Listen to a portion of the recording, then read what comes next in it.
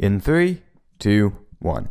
Hey, what is up? Welcome to the Sound of Sergey podcast, episode 17. My name is Sergey Ivanov. I'm the host of this solo podcast. If you're looking for me talking to, some dude about UFO, if you're looking for me to talk with someone else, sorry, but you came to the wrong place. I'd love to have people on, but as it stands, I have a strong persuasion that people are probably not interested in coming on, like in general. Welcome to episode 17. It is very good to be back. I love each and every one of you guys. Now let me just say on the record that I do believe it is wrong to murder people. I think we can all agree on this. I hope I'm not out of line by saying that killing someone is probably a wrong thing to do, and if it can be avoided, it probably should be. Now, that being said, murder is almost always wrong. But this is my opinion, and this is actually coming from... Because here's what happened. A couple days, I discovered that O.J. Simpson recorded a workout tape pretty much almost 3 weeks before he killed the people. And by the way, if there's anyone out there in the world, most people are pretty firm about O.J. Simpson probably most certainly killed those two poor people. 95% of people are towards that he committed the murders. But even if there is a debate, I think he did it. But I also think he was justified in doing it. Because listen, you watch in the media, and you watch in movies, and TV, and social media especially, you get the sense that if you're a woman who's been treated badly, you are allowed to do anything. But if you're a man who's been treated badly, you're expected to be like a wise shaman and have no emotions and be like, you see, this is for the greater good, and meditate or whatever. Like the idea of guys getting revenge is you can't do that unless it's on behalf of someone else. If you're a dude. If you're a chick, get revenge for someone cut you off. Hey, let's murder their entire family. We're going to make a Lifetime movie about it, and it's going to be an inspirational documentary on Oprah. Which, fair enough. I mean, you do whatever you want to do. I mean, don't kill people. Again, like I said. But, whatever. Guys, if a guy, let's say a guy, is assaulted by someone, and he's left disabled, like Mason Verger style in the movie Hannibal. If that guy wants to get revenge, he cannot.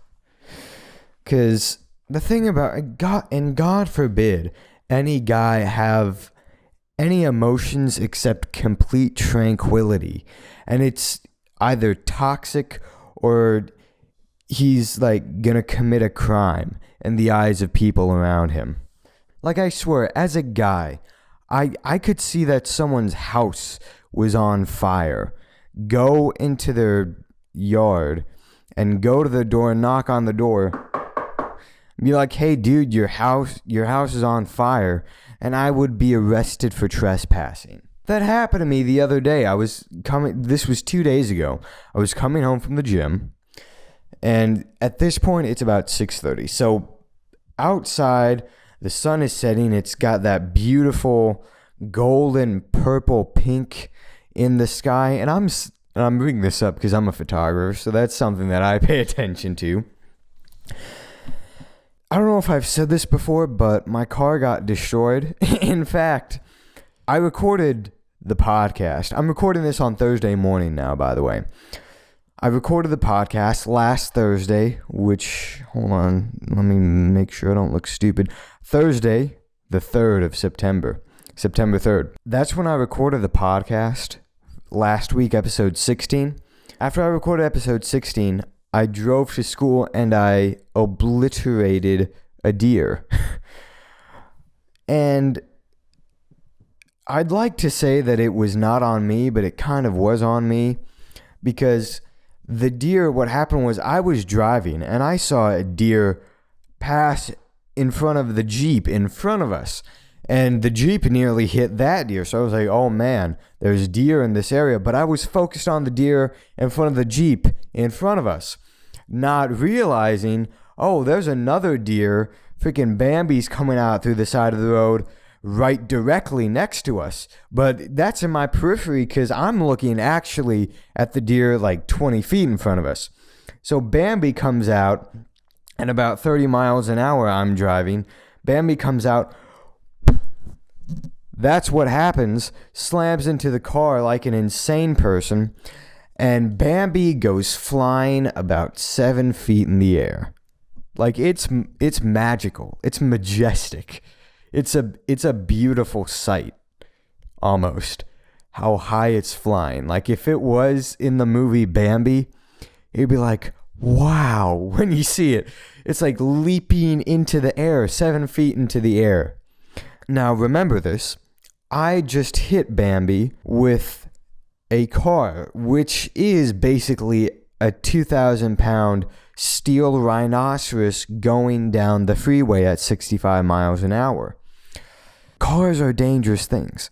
I hit Bambi. He goes flying 7 feet in the air, does a couple flips here and there, lands behind me on its feet, and immediately, without hesitation, and continues to run away at Mach 6 like Speed Racer doing a NASCAR race. Now at this point, I'm just in amazement of what I have just seen. I just saw Bambi perform a miracle. Like the psalmists probably wrote about that. They would write about it if they were in 2020. That would be in like Psalm 69 or whatever. Psalm 69, the psalm about the deer that I hit, and it went flying into the air, and it was majestic and beautiful. It was the literal epitome of nature triumphing over man-made objects. Now, I've hit this deer.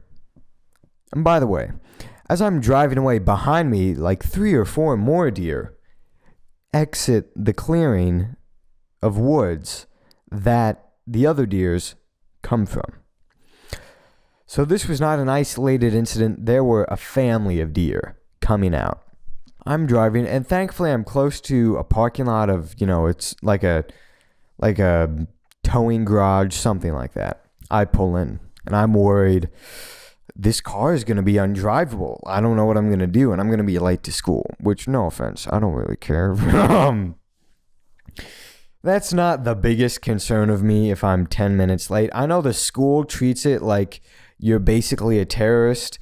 Because the thing that's stupid, here's what's so dumb. And people have pointed this out time and time again. Even teachers point out when they list these rules that it's really stupid. And the rule is that your school starts, well, not now, but school used to start at 7:50. So 7:50 was the light bell. If you're not in class by 7:50, you're tardy. Now, if you're not in the school by 8, which is 10 minutes, if you're not in the school by 8, you're counted as skipping, which is like a major offense. So you're almost better off. And skipping is worse than just straight up unexcused absence. So you are actually better off if you're late just going back home. If it's 8:05, again, this is not today, but if it was 8:05 and you're caught in traffic trying to go to McCracken County High School, you may as well just turn around and go home. Because that would be better for you, which is ridiculous and stupid. We're all in agreement on that. There's not a single human being on earth who thinks that that's a wise idea. Now, I think they've changed that. I don't know. At least for this year. I'm not sure. I cannot be sure at all. Because usually they tell you that every year when they go over the rules and everything, but they didn't tell us that this year. They told us everything except that. So I don't know. Maybe that's different this year. I hope so. I've been thinking a lot lately about if I were a spokesperson, who would I be the spokesperson for? And I want you to imagine being Jello. And listen, when I say being Jello, I mean, like, I'm talking about Bill Cosby here. And what I mean by Bill Cosby and Jello is, and I'm going to explain this in a second. Bill Cosby, if you don't know, he used to be the spokesperson for Jello. Then he raped a whole bunch of people, which is bad. Don't do that. That sucks. Awful. Like, that is Me Too at its very best. Bill Cosby raping people, bad. For sure. Now, once he was discovered for raping people, there's no doubt that Jello, the company, was like, listen, we can't have Bill Cosby, the dude who raped like hundreds of people by drugging them at bars. We cannot have him as our spokesperson. So they're probably looking for new spokespeople every day. And this time, they are probably going to be a lot more thorough with their background searches. I hate to say the funny thing about Bill Cosby, but the funny thing about Bill Cosby, the best thing that is funny about Bill Cosby, the Lil Boozy, who is a rapper, Lil Boozy goes on Instagram and he makes videos and he has the dumbest takes on stuff in general. Like, he may be the dumbest human being alive on Earth today. Like my favorite was on social media where he goes, the only reason Bill Cosby's in jail is because them cops were racist. And I'm like, really? Is that the reason? I think there's more factors at play. I'm not going to deny that there's probably, most certainly, systematic racism in the police system. I'm not going to deny that. In fact, there probably is. I don't know for sure, because the only way to be sure is like be in that field, and I'm not. But I'm not going to deny that there probably is. I don't feel like that's why Bill Cosby was arrested. I feel like the fact that Bill Cosby was African American is probably not the main reason that he went to jail. That's just my belief. Oh, by the way, bad news. Well, for me. For you guys, it's probably very funny. Episode 6, if you don't remember, I told you a story. Not a real story, but like a secondhand story. A story of a story, if that makes sense. It was me and this girl that I used to date. And me and this girl I used to date, I called her clandestine in the story. And also I mentioned in the story how she had a sister. That sister is apparently now a listener to that podcast. And I'll tell you how I know. She comes up to me one day. I have fifth block with her. In fact, we're the only two people in that class, which doesn't make it, it makes it a little awkward, but we manage. It's not too bad. So imagine, be me. Fifth block, there is two people. Me and the sister of an ex-girlfriend of mine. And by the way, an ex-girlfriend who I was friends with the sister who I have the class with now. I was friends with her while I was dating her sister, which is not a recipe for smooth conversations. She was very angry when she found out, which was stupid because it couldn't have been more clear. And she didn't realize until I literally said it to her face. Like, listen, this is what it's like. This is what it's like. Imagine there's three people. A dude named Vladimir. If you can't tell, this is the stand-in for me. There's a dude named Vladimir. And then there's two sisters. One named Clandestine and one named Jasmine. Let's say that. Now, Jasmine and Clandestine are sisters. Vladimir is friends with Jasmine through a class. Fair enough. Now, Vladimir meets Jasmine in a class, and through Jasmine, he meets Clandestine. Fair enough again. Now, Vladimir begins to date Clandestine, unbeknownst to Jasmine, which, I mean, it's not bad. There's nothing wrong with that. I mean, ideally, everyone should be in the loop. You probably shouldn't hide things. I mean, it's not like anything is morally wrong with what's going on, but it was just, you want to avoid awkward situations. Fair enough. That makes total sense. Now, imagine Vladimir, when he goes to class with Jasmine, begins telling stories about, hey, so I was with Clandestine the other day, and, we were hanging out, and we were at the movies and whatever. And Jasmine goes, oh, I bet they're just really good friends, right? And then Vladimir hangs out with Clandestine more. And then the next day, Vladimir comes to class and has a conversation with Jasmine. And Jasmine's like, oh, my sister Clandestine did this. And then Vladimir goes, yeah, she's very attractive and very cute. And she's very nice and sweet. And Vladimir doesn't say this, but he does it in front of Jasmine with Clandestine. And Jasmine's still like, oh, they're probably just really good friends. And then, imagine one day, Vladimir goes to Jasmine and goes, hey, Jasmine, if I were to get a gift for Clandestine, what would she like as a gift? Jasmine goes, oh, she would like this, this, and this. And Vladimir says to Jasmine, thank you very much for giving me this information. And then 2 days later, Clandestine comes home with the exact gift and talks about how the person that she's talking to at the moment gave her that gift, how it was really sweet of him to do.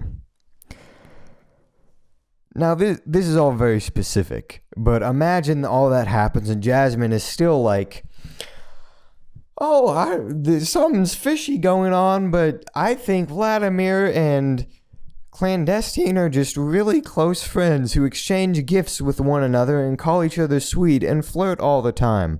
I bet that's what's going on. Now, eventually, Vladimir and Clandestine send messages. And they're not bad messages. It's not like, hey, Christmas ham at 10 p.m. at my place. It's not like Vladimir was texting Clandestine, hey, I'm home alone. Or Clandestine was texting Vladimir, hey, I'm home alone. Nothing like that. Let's say Clandestine sends Vladimir some messages. They're cute stuff, sweet nothings, flirtation stuff, and leaves the messages open and leaves her phone on the table.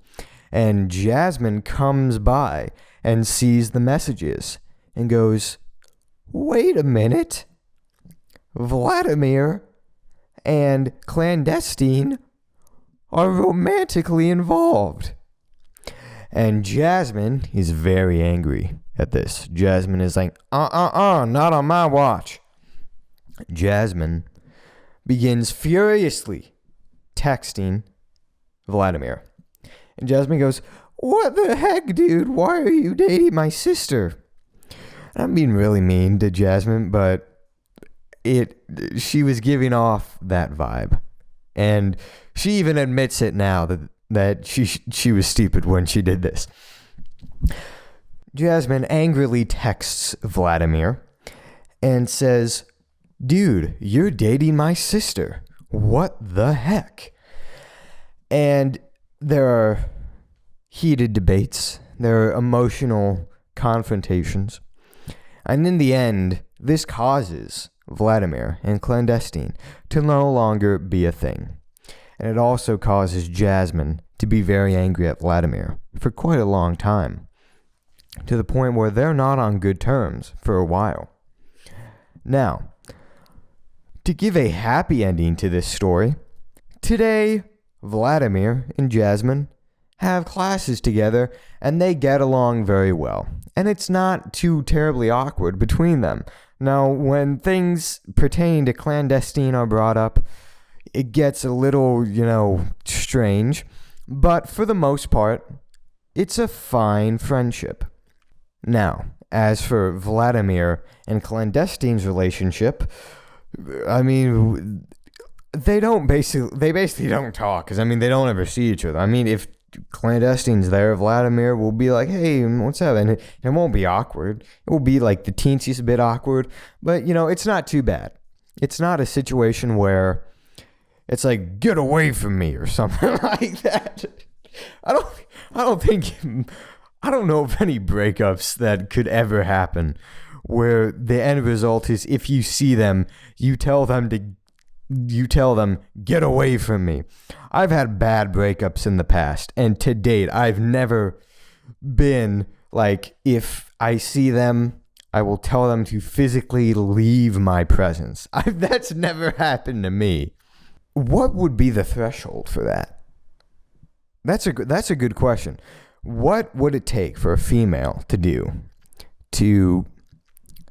during a breakup, she does this, and I just don't even want to acknowledge that she exists anymore. And if I see her, I will demand that she leaves my presence. What would be the line drawn for that? That's a good question. I feel like it would probably be around, like, if she does something in a public way, or if she spreads rumors. I think that's not good. Don't do that. Rumors are bad. I'm preaching to the choir here. I don't know of anyone who's like, oh, rumors are a great thing. Rumors have started a lot of good things happening. Very few times in history have good things began with being like, hey, I've got some juicy gossip. Except Bill Cosby, of course. Hannibal Buress went on stage and was like, I've got some juicy gossip about Bill Cosby.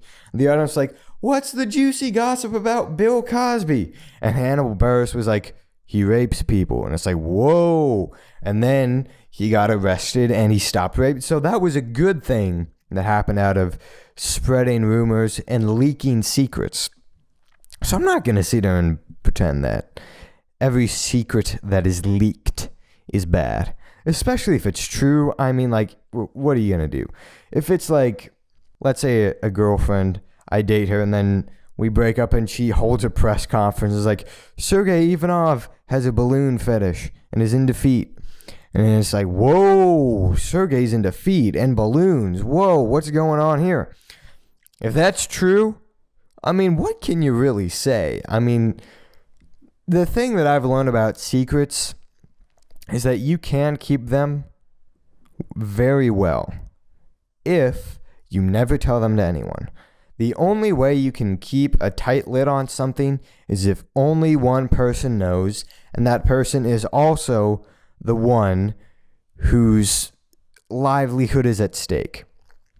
If there's only one person who knows and their neck is on the line, then that secret is never getting out. But some people are stupid and think that they can reveal their secrets, to a close friend.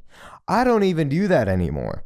Even my closest friends, Matthew, Elliot, all these people who I'm great friends with. I've known them for years. I've known Elliot since I was like 4 or 5, so almost 13 years.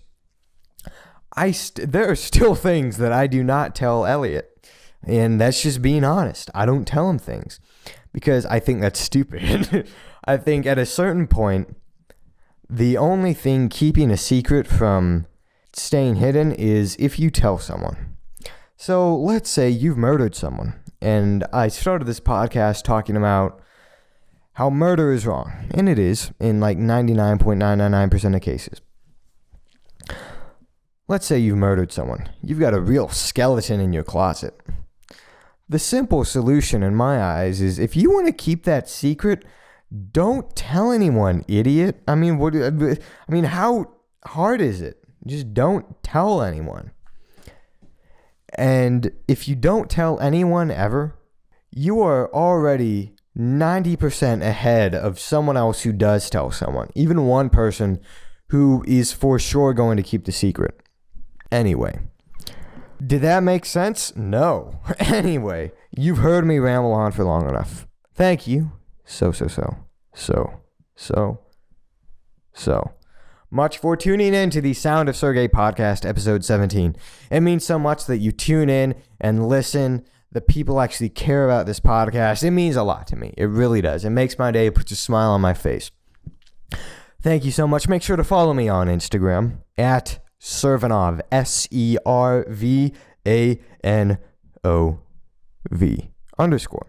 because just Servanov was taken. That is my photography account, and if you want to see more funny videos and where I post about YouTube and things like that, go to at Sergey _ speaks on Instagram. That is my more funny account, and I post more lighthearted stuff. Make sure to subscribe to my YouTube channel, Servanov, SERVANOV, every Friday, 10 a.m. Central Standard Time. You'll get this podcast if you want to watch it on YouTube. I mean, it's just the same as Spotify. So, I mean, I don't know why you would. I mean, you may as well just go on Spotify and listen. But, you know, I know a lot of people who listen to this podcast exclusively on YouTube. So, I mean, what are you going to do? Also, 12 p.m. Central Standard Time on Friday, I will be releasing videos. It will either be Snapshot, my series where I'll take you through my photographic process and review the photos that I take on film. And every other week between that, it will be Sergey Speaks, my more funny videos. The things that got me started. The things that got me started.